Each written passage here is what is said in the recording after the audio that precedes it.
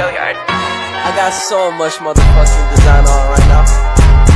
Break it down, bring it back, make it clap. I got 3 old thoughts, new guap, wear that thing. Bitches on my line, and you know they come strapped. Hold up, what it not, 45, scope it cash like whoa. How you fucking with these hoes up? Assalamualaikum warahmatullahi wabarakatuh. Perkenalkan, nama saya Rafname Syahrani dengan NIM 211030404027. Di sini saya dari Prodi Ilmu Hukum angkatan 2021, Fakultas Syariah dan Hukum UIN Sunan Kalijaga, Yogyakarta. Di sini saya akan memperkenalkan terkait mata pelajaran hukum ketenagakerjaan. Di sini saya mendapat materi hukum serikat pekerja. Serikat pekerja itu merupakan organisasi yang dibentuk untuk pekerja ataupun buruh baik di perusahaan maupun di luar perusahaan yang bersifat bebas, terbuka, mandiri, demokratik, dan bertanggung jawab guna memperjuangkan, membela, serta melindungi hak dan kepentingan pekerja ataupun buruh, serta meningkatkan kesejahteraan pekerja ataupun buruh dan keluarganya. Yaitu ada dasar hukum pembentukan serikat pekerja.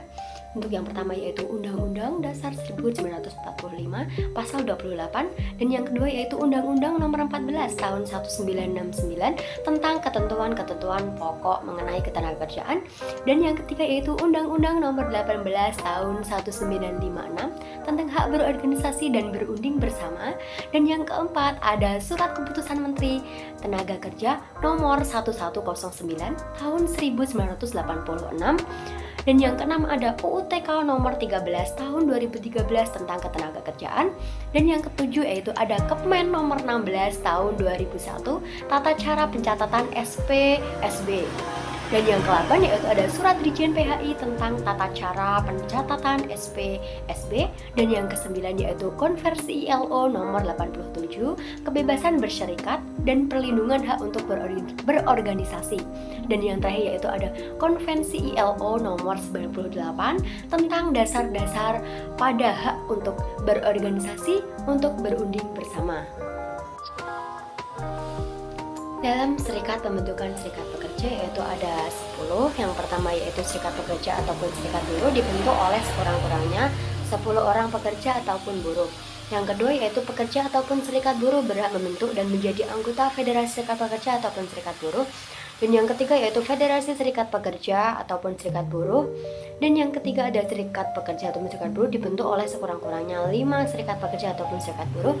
Dan yang keempat yaitu ada federasi serikat pekerja ataupun serikat buruh berhak membentuk dan menjadi anggota konfederasi serikat pekerja ataupun serikat buruh.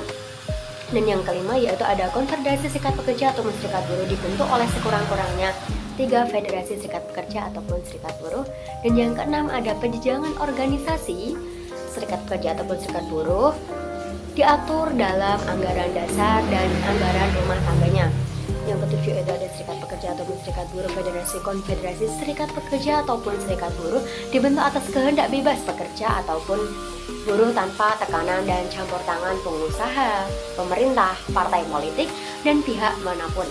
Dan yang ke-8 yaitu ada serikat pekerja ataupun serikat buruh dibentuk berdasarkan sektor usaha, jenis pekerjaan, atau bentuk lain sesuai dengan kehendak pekerja ataupun buruh tersebut. Yang ke-9 dan yang terakhir ini ada setiap pekerja ataupun buruh dan federasi dan konfederasi serikat pekerja ataupun serikat buruh harus memiliki anggaran dasar dan anggaran rumah tangga.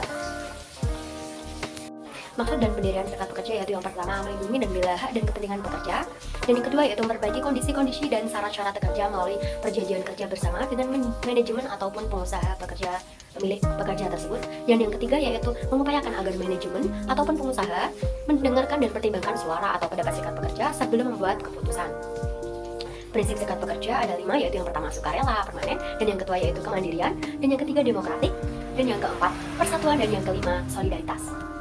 Adapun peran dan fungsi serikat pekerja sebagai pihak dalam pembuatan perjanjian kerja bersama dan penyelesaian industrial, sebagai wakil pekerja ataupun buruh dalam lembaga kerjasama di bidang ketenagakerjaan sesuai dalam lembaga kerjasama di bidang ketenagakerjaan sesuai dengan tingkatannya, sebagai sarana menciptakan hubungan industrial yang harmonis, dinamis, dan berkeadilan sesuai dengan peraturan perundang-undangan yang telah berlaku, sebagai sarana penyalur aspirasi dalam memperjuangkan hak dan kepentingan anggotanya, sebagai perencana, pelaksana, penanggung jawab, pemogokan pekerja ataupun buruh sesuai dengan peraturan perundang-undangan yang berlaku.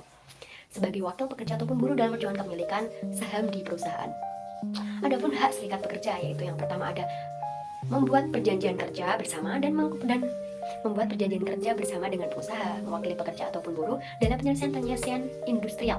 Yang kedua yaitu mewakili pekerja ataupun buruh dalam lembaga ketenagakerjaan. Dan yang ketiga yaitu ada membentuk lembaga atau melakukan kegiatan yang berkaitan dengan usaha meningkatkan kesejahteraan pekerjaan ataupun buruh dan melakukan kegiatan lainnya di bidang ketenagakerjaan yang tidak bertentangan dengan peraturan perundang-undangan yang berlaku. Untuk kewajiban serikat pekerja sendiri yaitu yang pertama melindungi dan membela anggota dan dari pelanggaran hak-hak dan memperjuangkan kepentingannya, dan yang kedua yaitu ada memperjuangkan peningkatan kesejahteraan anggota dan keluarganya, dan yang ketiga yaitu ada mempertanggungjawabkan kegiatan organisasi kepada anggotanya sesuai dengan anggaran dasar dan anggaran rumah tangga. Permasalahan dan tantangan yang dihadapi serikat pekerja dibagi menjadi dua, yaitu permasalahan internal dan permasalahan eksternal. Untuk permasalahan internal sendiri yaitu ada keanggotaan, anggota tidak menghadiri pertemuan organisasi, rendahnya pengetahuan antar anggota dan pemimpin serikat pekerja yang dipilih, iuran anggota perempuan, pemimpin serikat pekerja kuning yellow unism. Permasalahan eksternal sendiri yaitu ada rendahnya kerjasama dan komunikasi manajemen ataupun pengusaha pemerintah serta masyarakatnya.